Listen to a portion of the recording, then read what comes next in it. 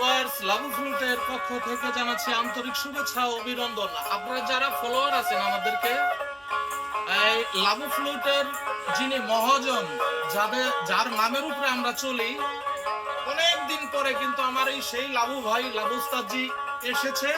আমরা তার মুখ থেকে একটু সুর সঙ্গীত আপনাদেরকে উপহার দিচ্ছি। ধন্যবাদ সবাইকে।